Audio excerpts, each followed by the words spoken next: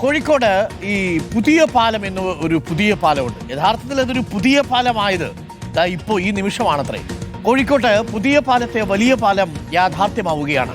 മന്ത്രി P M Muhammad Riyas പുതിയ പാലത്തിന്റെ ഉദ്ഘാടനം നിർവഹിച്ചു.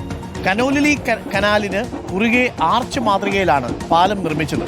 195 മീറ്റർ നീളത്തിലും 11 മീറ്റർ വീതിയിലും നിർമ്മിച്ച പാലത്തിന് 16,53,00,000 രൂപയാണ് ചെലവ്. വി എസ് രഞ്ജിത്ത് ഉണ്ട് നമുക്കൊപ്പം. V S Ranjith, very good morning. V S Ranjith, ഈ പുതിയ പാലം എന്ന് പറഞ്ഞുകൊണ്ടിരുന്നു എന്നല്ലാതെ ആക്ച്വലി പുതിയ പാലമാകുന്നത് ഇന്നത്തെ ദിവസമാണ് അല്ലേ? വലിയ ആഘോഷത്തിലൂടെയാണല്ലോ ഉദ്ഘാടനം.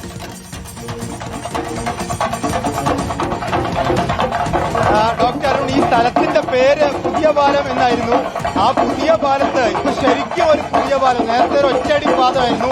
ഇപ്പോഴായി മഴവിൽ കമാനങ്ങളോട് കൂടിയ പുതിയ പാലം മന്ത്രി മുഹമ്മദ് റിയാസ് ഉദ്ഘാടനം നിർവഹിച്ചിരിക്കുന്നു. 2022 ഈ പാലത്തിന്റെ ഉദ്ഘാടനം നിർവഹിച്ച് തറക്കല്ലിട്ടത്. ഇപ്പോൾ ആ പാലം യാഥാർത്ഥ്യമായിരിക്കുകയാണ്.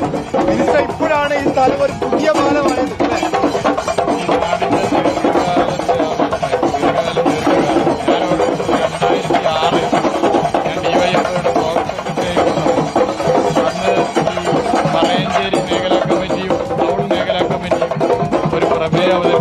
പുതിയ പോലെ യാഥാർത്ഥ്യമാക്കണം. അത് 2006 അപ്പോൾ അതിൻ്റെയും 10-20 വർഷം മുമ്പ് ഈ ആവശ്യമുണ്ടായിരുന്നു. അപ്പോൾ ഒരു 50 കൊല്ലമായി സൈക്കിളും മറ്റ് 2 വീലറും മാത്രം പോകുന്ന കട്ടിച്ച ഈ പാലം ഒരു വലിയ പാലം വേണമെന്നുള്ള വസ്തുത വന്നത്. അപ്പോൾ ഇത് ഒരു അരനൂറ്റാണ്ടിൻ്റെ ആവശ്യമാണ് യാഥാർത്ഥ്യമാക്കുന്നത്. ഒരുപാട് സാങ്കേതിക പ്രശ്നങ്ങളുണ്ടായിരുന്നു, എല്ലാം പരിഹരിച്ച് ഇത് യാഥാർത്ഥ്യമാക്കാനായത് ജനകീയ വിജയമാണ്. LDF സർക്കാരിൻ്റെ എല്ലാവരെയും യോജിപ്പിച്ചുള്ള ഇച്ഛാശക്തിയോടുകൂടിയുള്ള മുന്നേറ്റത്തിൻ്റെ വിജയമാണ്.